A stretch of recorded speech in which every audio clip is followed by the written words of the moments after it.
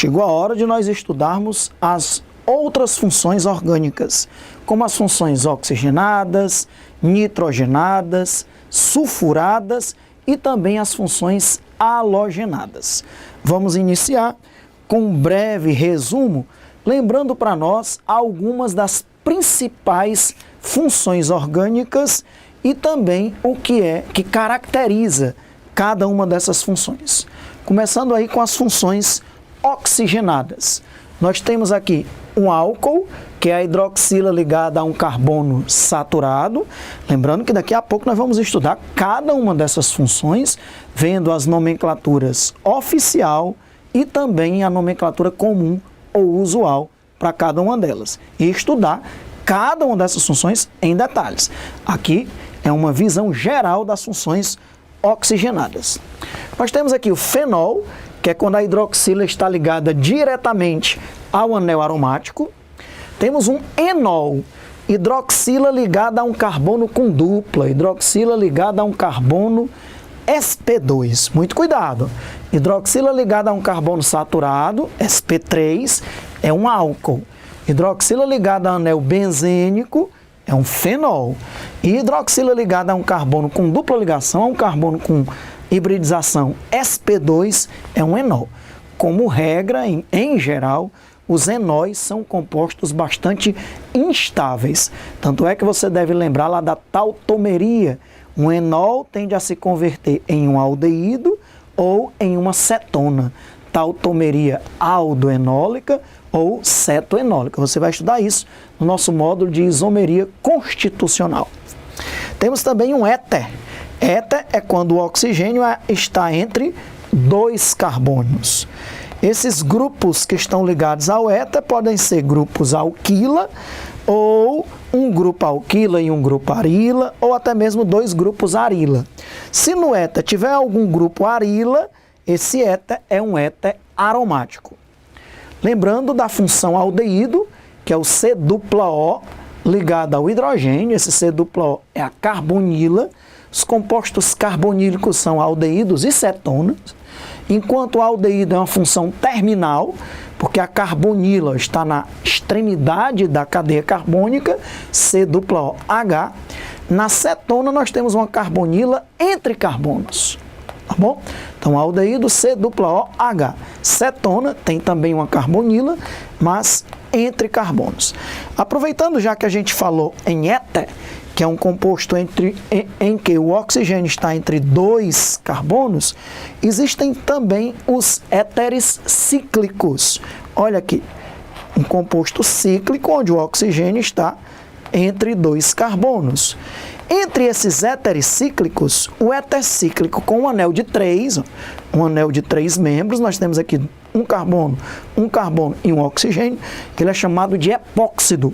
Então, um éter cíclico com um anel de 3, você vai escutar muito esse termo, um anel de 3, um anel de 4, um anel de 5, 3 membros, 4 membros, 5 membros. Veja que um anel de 3 não tem 3 carbonos, nesse caso, porque tem um heteroátomo entre carbonos, que é o oxigênio. Esse anel ele tem 2 carbonos e um oxigênio. Esse anel de 4, ele tem 3 carbonos e um oxigênio. E assim sucessivamente. Então, nós temos aí éteres cíclicos. Se o éter cíclico for um anel de 3 membros, é um epóxido.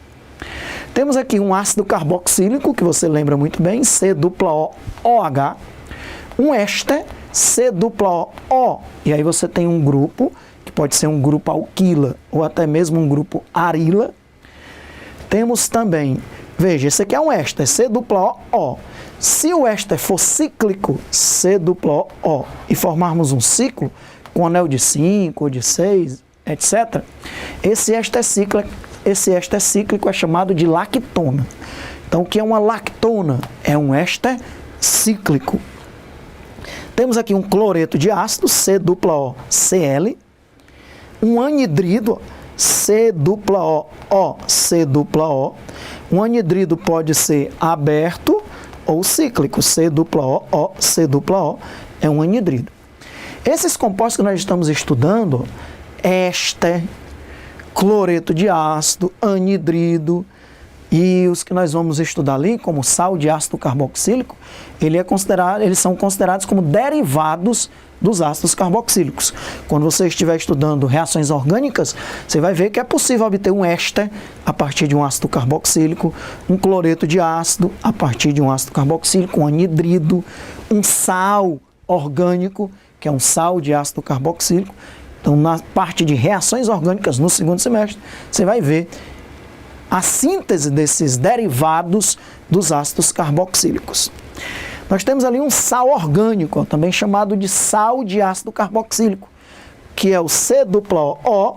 Aí no lugar do hidrogênio do ácido carboxílico, você tem um cátion Na+, K+, é um carboxilato de sódio ou de potássio, que se aquele R for uma cadeia longa, você pode ter um sabão. Lá na fisicoquímica, no estudo das soluções, eu falei dos sabões. Temos aqui um perácido ou peroxiácido. Veja, ele é muito parecido com o ácido carboxílico, só que no lugar de um oxigênio ele tem dois. Lembra da água oxigenada, que é HOOH?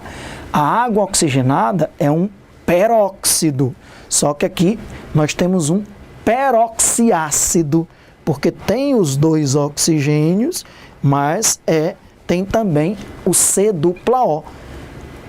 Então é muito parecido com o ácido carboxílico. Os peroxiácidos, eles tendem a ter uma certa instabilidade por causa dessa ligação OO.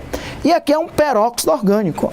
A água oxigenada, H2O2, né? HOOH, é um peróxido. Só que aqui é um peróxido orgânico, onde os dois hidrogênios, é como se os dois hidrogênios da água oxigenada fossem substituídos por grupos orgânicos, ou grupos alquilo, ou até mesmo grupos arila. Então está aqui as principais funções oxigenadas que nós vamos estar estudando, não só na parte de nomenclatura, mas também quando a gente estiver estudando reações orgânicas.